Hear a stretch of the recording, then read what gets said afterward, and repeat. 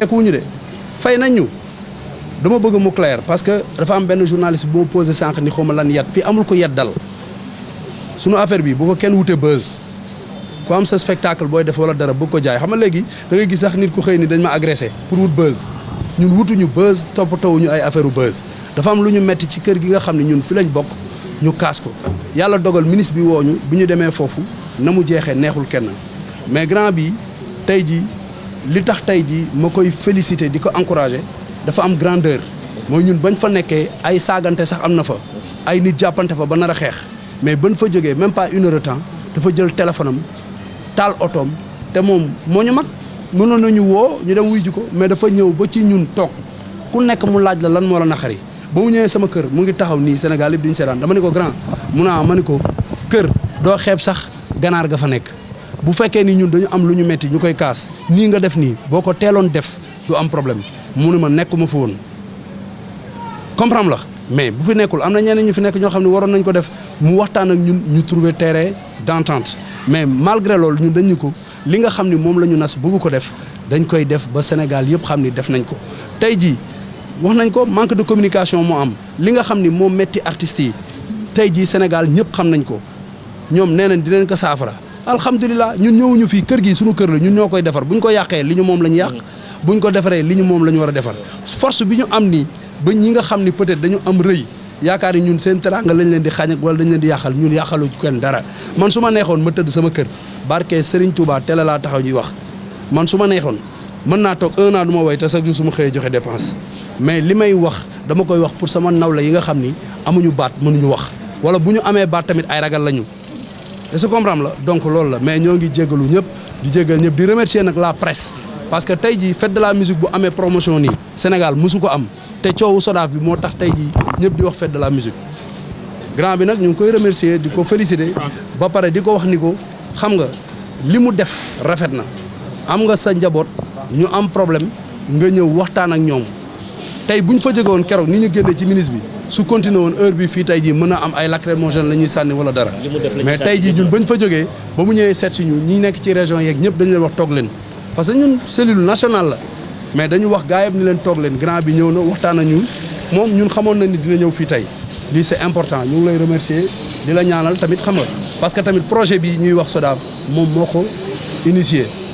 ñun yow doo def dara loo xam ni lu war a arranger la artistes yi ñu koy yàq du ñu def loolu mais dañu am lu ñu metti te nag nit xam nga fii crime yi ngay gis fii yëpp dafay am ñoo xam ne dañuy am lu leen metti denc ko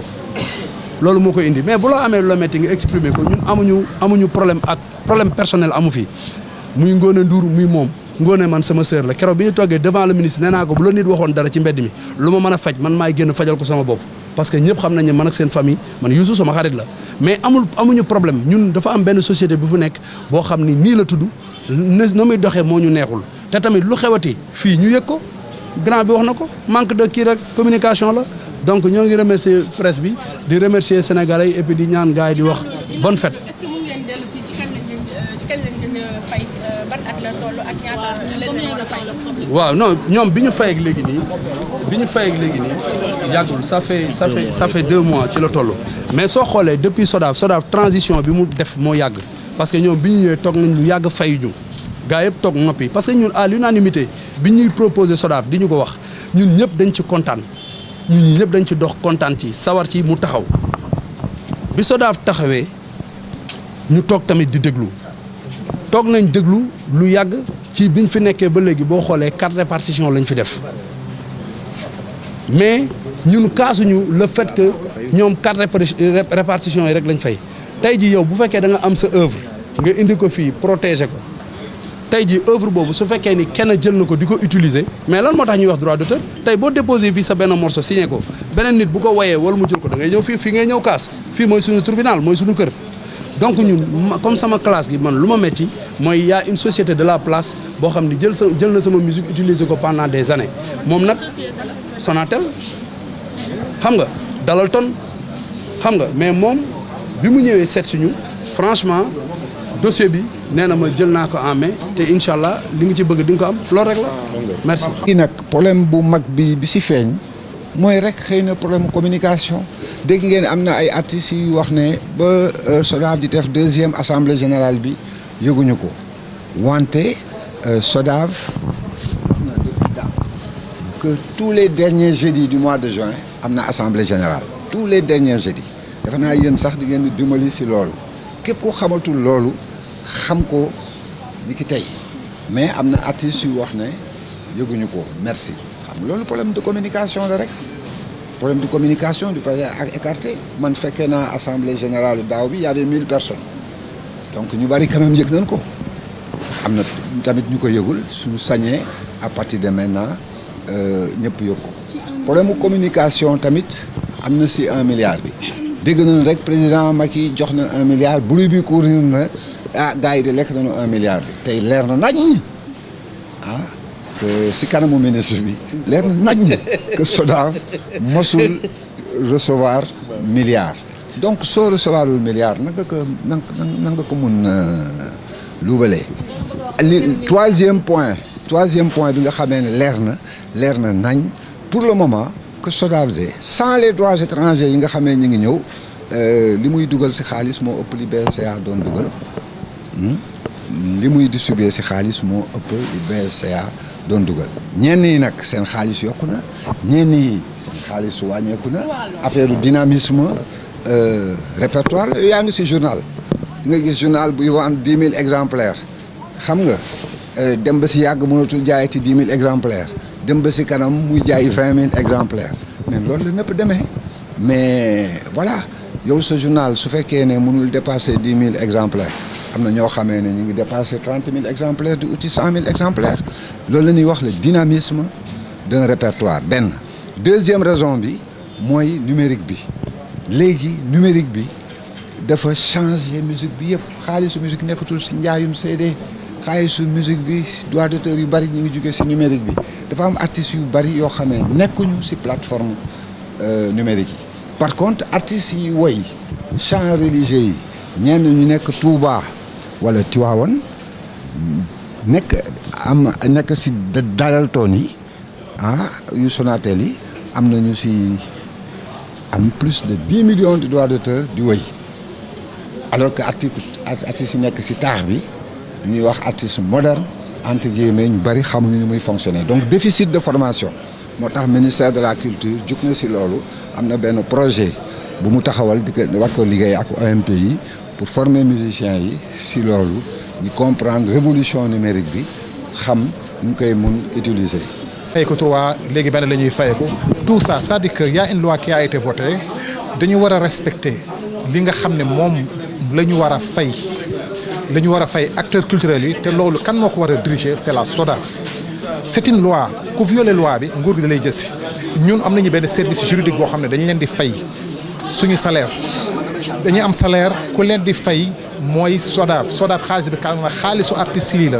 kenn finance suñu SODAV maintenant bu fekkee ñu ngi fay ay juristes nañuy jox juriste yooyu ay ordre laa mën a wax parce que dañ leen di fay ne leen lii mooy seen mission ay mission ñu dem récupérer xaalis fu mu nekk waruñu toog di xaar parce que les musiciens fu mu nekk nii amuñu beneen alternative on a des milliards yoo xam ne mu ngi vivoter ci kaw mu ngi voler ci kaw te ñun jotuñu ci te ñun ñoo ko moom te ñaanuñu ko woyaanuñu ko loolu nag c'est-à-dire que y a un service juridique am na loo xam ne si SODAV la dépendre am na loo xam ne ci artistes dépendre parce qu'il faut que les artistes s'organisent lii lépp lu ko andi artistes organisé wuñu 2 SODAV communiqué wuñu mais principalement parce que SODAV artistes yi ñoo ko war a diriger SODAV war ñu diriger pourquoi la SODAV nous dirige aujourd'hui quand je dis dirige c'est-à-dire que joxewul benn information parce que tout simplement les acteurs culturels ne sont pas organisés bu ko nekk toogee këram dara du sotti te ñun ci lii la ñu yaakaar te xaalis bi fi nekk ñaanuñu ko dañ ko liggéey nous sommes obligés ma inscrire SACEM pour di jot loo xam ne mooy jóge extérieur te fu mu nekk nii je pense qu'il est temps lii nag peut-être forme bi moo metti parce que nit ñi yaa eu des tiraillements ak yooyu c'est dommage mu am mais li am solo mooy am na man on m'a appelé avant lii di ñëw man de leen man je veux qu'on le prépare tu vois je veux qu'on se prépare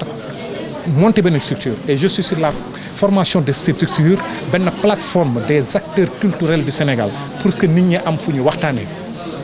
fu ñu jooytoo ak fu ñu nemmeekoo li nga xam ne mooy jàll. léegi da ngeen di laaj seen xaalis bu paree demaat toog wala da ngeen di desandi ci ba tey ñu dissoudre SODAV. non man je suis pas man en ce qui me concerne man moo tax kenn mësuma gis kenn mësuma dégg ci benn interview parce que dama ñëw fekk ñi dañoo teg plan ba pare dama leen doon bàyyi ñu dérouler seen plan man je suis pas pour la dissolution de la SODAV je ne le suis pas. maintenant suñu waxee ñoom suñu nee dissolution ñoom seen bopp collectif bi bu ñu nee man maa ngi ci biir di waxtaan ak ñoom bu ñu nee dissolution du conseil d'administration su leen neexee ñu wax ko ils sont libres de le dire et seen droit la sax pour ñu wax ko pourquoi parce que y a pas eu la communication lors de l'assemblée générale man j'étais là-bas c'est donc foofu la ñuy faussé maintenant li am mooy que ñun ñëpp ñoo bokk métier bi benn la ñun ñëpp ñoo bokk nous sommes tous des amis nous sommes tous des collègues mooy que nit ñi dañu war a toog parce que mënuñ ñëw ba heure bi pour daf ñuy perdre encore du temps mais ñun bu fekkee organiser nañu mën nañu diriger ñun conseil d'administration si boppam ñu mën nañu ko diriger parce que xam-xam bi am nañ ko parce que depuis 20 ans ñu ngi ciy liggéey parce que c'est une question de volonté la communication maintenant communication bi amul man je dis que amul parce que le ministre bu mu ñëwee si assemblée générale bi la première question que le ministre a posée mooy est-ce que vous avez communiqué et maintenant ce manque de communication là moom moo traîné ba fii pourquoi nag depuis le début man kenn gisuma kenn dégguma may wax parce que bëgguma mu mujjee ci ay querelle de personnes on doit attaquer personne et je l'ai dit quand on m'a appelé je l'ai dit je suis pas